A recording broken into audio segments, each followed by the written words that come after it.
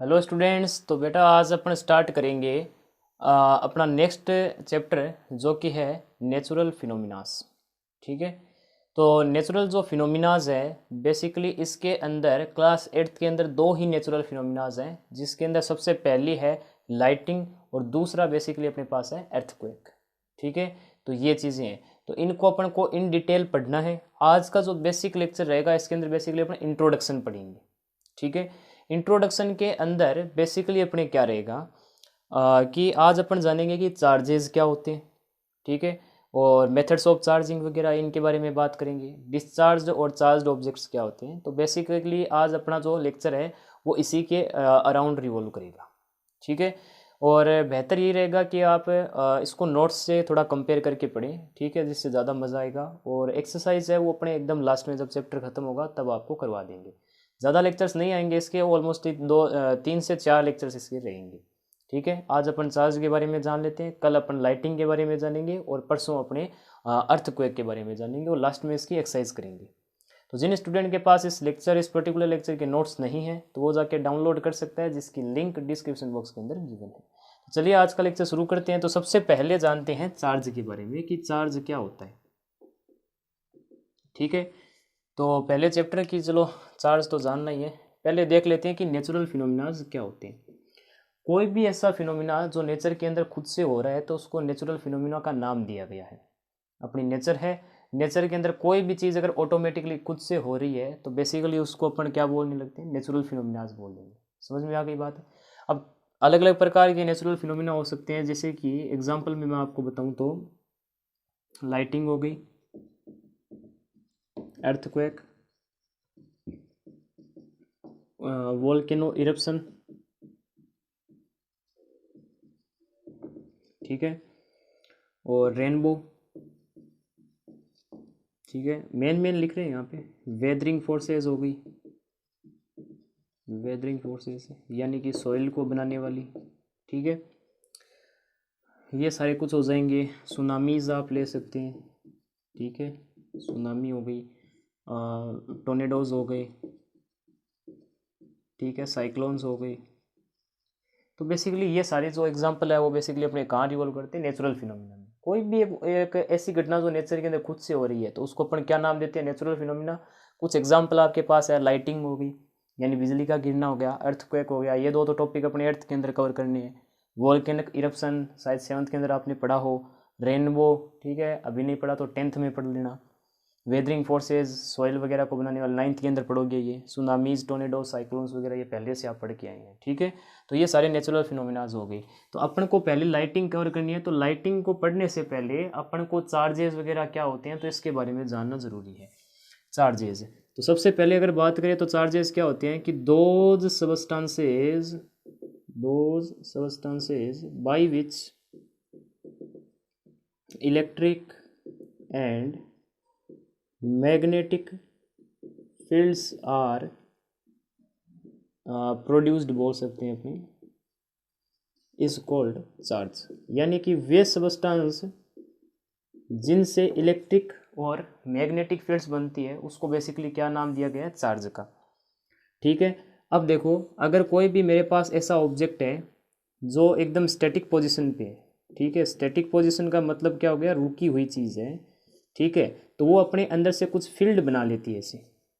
ठीक है, और फील्ड बनाने के बाद इस फील्ड के अंदर अगर कोई दूसरा ऑब्जेक्ट आता है तो या तो वो अट्रैक्ट हो जाएगा यानी खींच लिया जाएगा, या फिर रिपेल हो जाएगा, दूर फेंक दिया जाएगा। ठीक है, तो ये बेसिकली क्या हो जाएगा अपने पास, इलेक्ट्रिक फील्ड हो जाएगा। ठीक है, और अगर इसी जगह पे कोई ऑब्जेक्ट को ले ले और उसको मूव कराना स्टार्ट कर दे। ठीक है, तो मूव कराने पे बेसिकली वो अपने अंदर कुछ मैग्नेटिक फील्ड बना लेता है। ठीक है, अगर इसके पास कोई भी नॉर्थ पोल और अगर कोई भी साउथ पोल रहते हैं तो या तो ये अट्रैक्ट हो जाएंगे या फिर ये रिपेल हो जाएंगे। तो बेसिकली इसको अपन क्या बोलते हैं, मैग्नेटिक फील्ड बोलते हैं। ठीक है, यानी कि सबस्टांस है, कोई भी चीज़ है, अगर वो रुकी हुई है तो इलेक्ट्रिक फील्ड, अगर वो मूव हो रही है तो वहाँ मैग्नेटिक फील्ड बनेगी।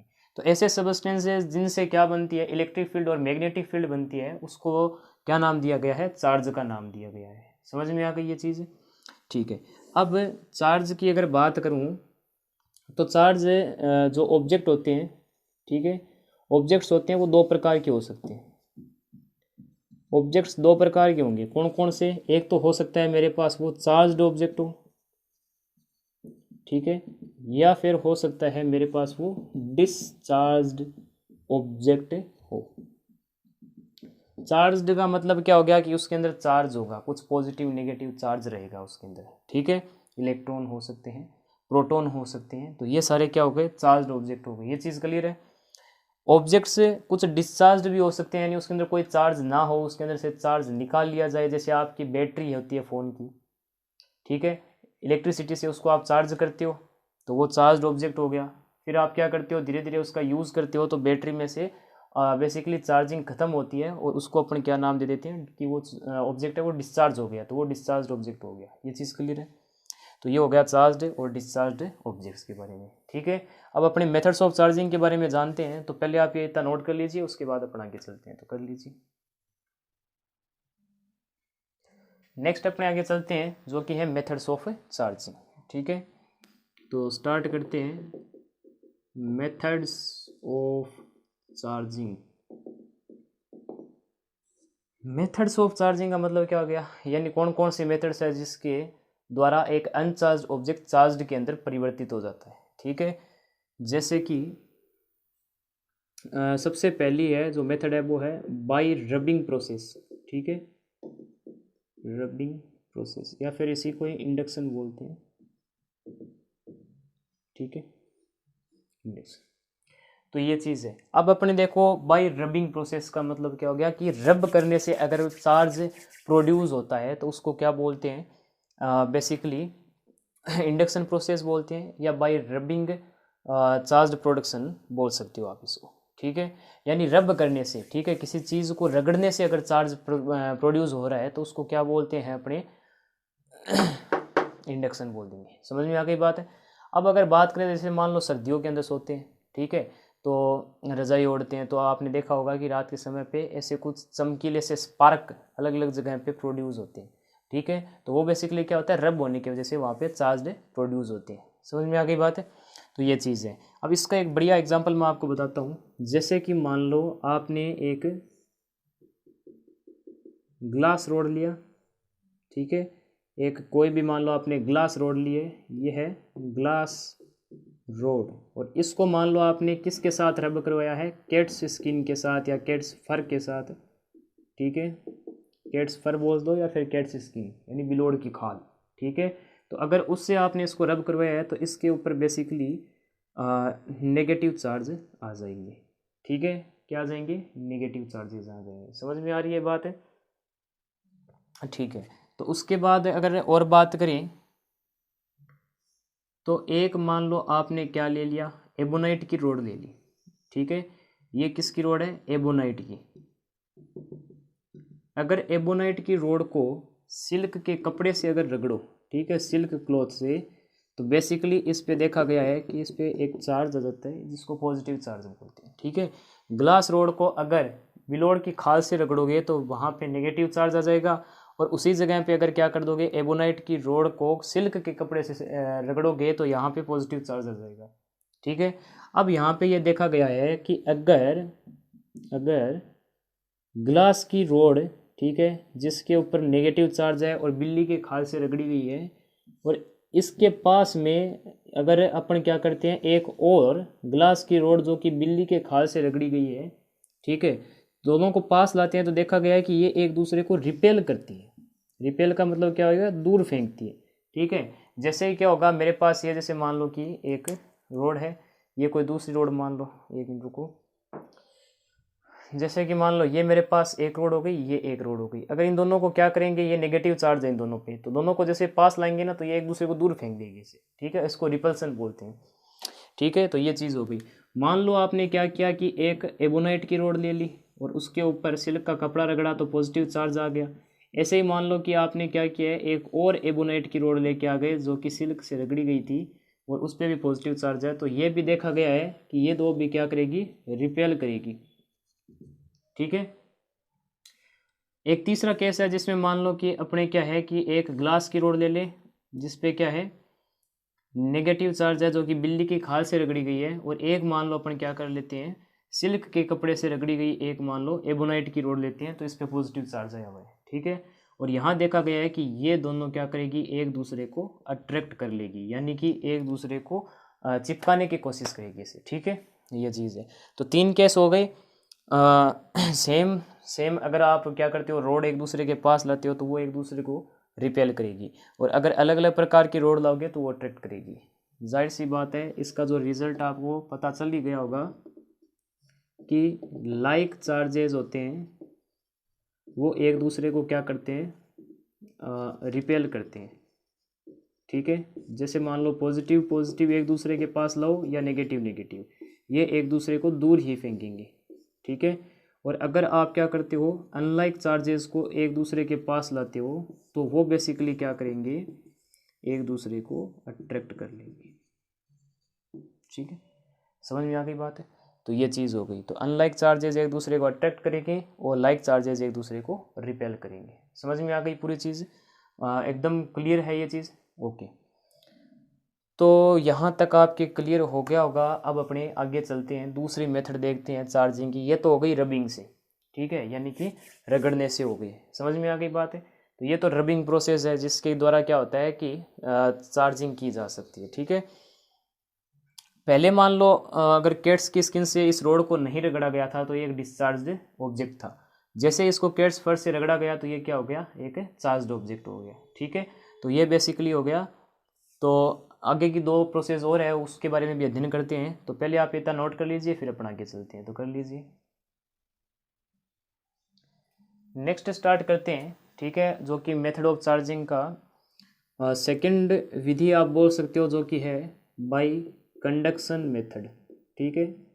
अब कंडक्शन मेथड के अंदर कैसे चार्जिंग होती है मैं आपको बताता हूँ। जैसे कि मान लो मेरे पास कोई एक ऑब्जेक्ट है, ठीक है, और इस पे मान लो पॉजिटिव चार्ज है, ठीक है, और इसके पास में मान लो एक अनचार्ज्ड ऑब्जेक्ट है, ठीक है, यानी इसके अंदर कोई चार्ज नहीं है। ये क्या हो गया, अनचार्ज्ड ऑब्जेक्ट बोल सकते हो इसको, या फिर इसको बोल सकते हो न्यूट्रल ऑब्जेक्ट बोल दो इसको, ठीक है। और ये क्या हो गया अपने पास है, चार्ज्ड ऑब्जेक्ट हो गया, ठीक है। जैसे ही आप क्या करोगे, इन दोनों को एक दूसरे के पास लेके आओगे, ठीक है, इन दोनों को जैसे पास लेके आओगे, एकदम इन कांटेक्ट करते हो, मतलब इसको बिठा दो इसके एकदम ऐसे, ठीक है। तो बेसिकली क्या होगा, इसका चार्ज कुछ इसमें ट्रांसफ़र हो जाएगा, ठीक है। बस इसी विधि को क्या बोलते हैं, कंडक्शन मेथड बोलते हैं, यानी कि टच करने पे चार्ज का ट्रांसफर हो जाना। देखा होगा जैसे कि मान लो एक कुर्सी है, कुर्सी के पीछे तौलिए से उसको मारते हैं, ठीक है, तो वो ऑब्जेक्ट क्या हो जाता है, या फिर वो बॉडी क्या हो जाती है, चार्ज हो जाती है, ठीक है। जैसे दूसरा पर्सन उसको टच करता है तो बेसिकली क्या हो जाता है, उसका चार्ज उसके अंदर आता है, तो वहाँ पे कुछ स्पार्क या फिर इलेक्ट्रिक करंट महसूस होता है। समझ में आ गई बात है। तो ये चीज़ है। अगर आपका जो कंडक्टर है उसका शेप, उसका साइज़, ठीक है, और उसका मटेरियल, ये अगर क्या है, सेम है,